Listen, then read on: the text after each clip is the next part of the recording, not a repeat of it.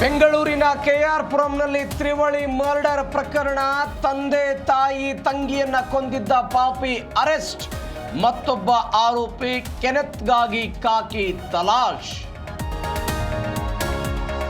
ಸಂಪಿಗೆಹಳ್ಳಿ ವೃದ್ಧ ದಂಪತಿ ಸಾವು ಪ್ರಕರಣಕ್ಕೆ ಟ್ವಿಸ್ಟ್. ಪತ್ನಿಗೆ ಹೃದಯಾಘಾತ, ನೊಂದ ಪತಿ ಆತ್ಮಹತ್ಯೆಗೆ ಶರಣು.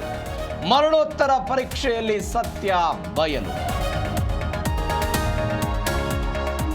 ನವಿಲುಗರಿ ಉಡುಪು ಧರಿಸಿ ಡ್ಯಾನ್ಸ್ ವಿವಾದ. ದೂರು ಬೆನ್ನಲ್ಲೇ ಡ್ಯಾನ್ಸರ್ ಕಿಶನ್ ನಿವೇದಿತಾ ಗೌಡ ಕ್ಷಮೆ.